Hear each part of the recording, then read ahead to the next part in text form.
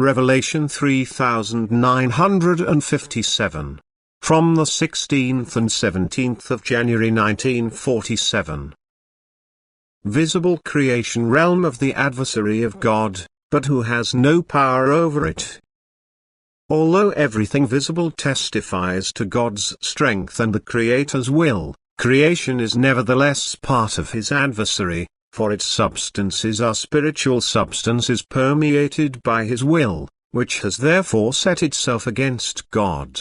And thus all visible creation has to be counted as part of his kingdom. Only the human being, although also a material creation, can already escape from his kingdom during his earthly life, even though his body is still earthbound and not yet completely free from impulses of will which reveal his influence.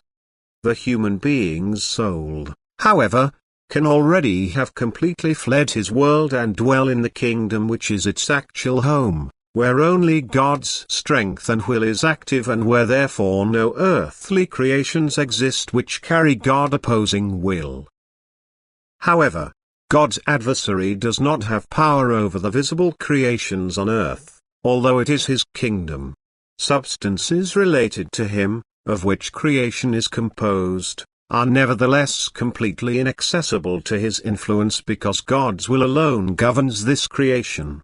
And therefore the spiritual substances bound in creation can continue their spiritual ascent unhindered once they have started it. They cannot be disturbed in any way by God's adversary in their course of development, for he has not the slightest power over the visible works of creation. But this is why he constantly tries to influence the human being's will, because he is allowed to influence it and now tries to make extensive use of his power. His striving now goes towards influencing the human will such that he makes the destruction of creations of all kinds his goal.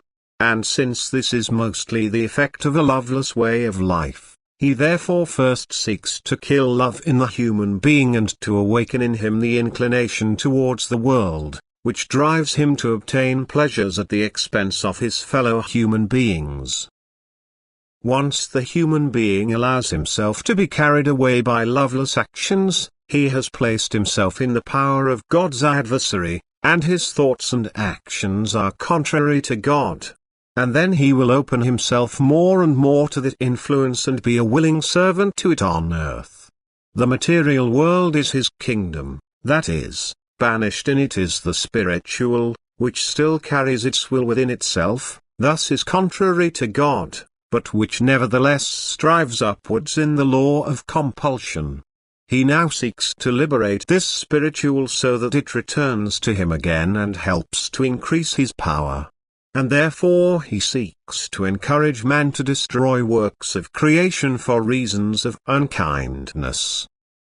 For a destruction of matter can also proceed in an orderly way and correspond to God's will, if love is the driving force of all activity of man, and a destruction of matter only has the purpose to let new works come into being, which are of use and can therefore be counted as works of love.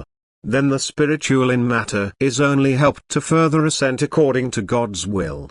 And then the time has also expired which is set for the spiritual in every form, whereas the adversary of God seeks to prematurely abort this development, and he needs the will of man for this, because he himself has no power over that which is created out of God's will and his power, which serves for the ascent development of the spiritual which once fell away from him. However, only unkind action towards the neighbor leads to the destruction of matter in his sense, and thus God's adversary has twofold plans which he seeks to carry out.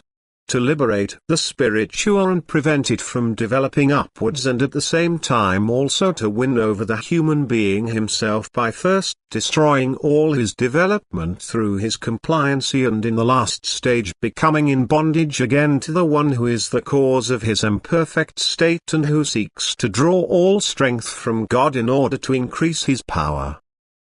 But the human being himself can, in free will, destroy these plans of his, if he, through loving activity, puts himself into a state of perfection and thus completely liberates himself from the power of his former seducer, and at the same time also contributes to the redemption of the spiritual under him, if he, in serving neighborly love, reshapes matter into useful things, by seeking to protect matter from wanton destruction and by giving it the opportunity to fulfill its purpose at any time, that is, to serve human beings, animals or other works of God's creation according to their form.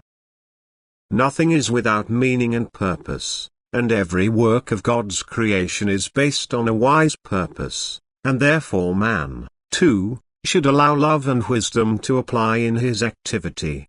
Only creations which benefit the neighbor should come into being under his hand, and he should only offer his helping hand for the destruction of other works of creation, originating from God's or human hands, if the new form guarantees further development for the spiritual substance bound in matter. Willful destructions of every kind set free unspeakably many spiritual entities which, depending on their maturity or God resistance, must take revenge or endure torments until they are again newly formed and can continue their interrupted development. Often, however, these entities, which have become free against their will, express themselves in a way which harasses people. Although they are not physically noticeable, yet they have an effect on people's souls, directing them excessively towards matter and thus triggering urges and desires in them which are extremely harmful to their upward development and make the enemy of souls rejoice at his success. For he does not let up in the battle for human souls and approaches them with all temptations. Yet love sets the human being free, and anyone who lives in love will no longer desire matter either. He will be restlessly active and contribute to its redemption through his activity, and the tempter will never be victorious over him. Amen.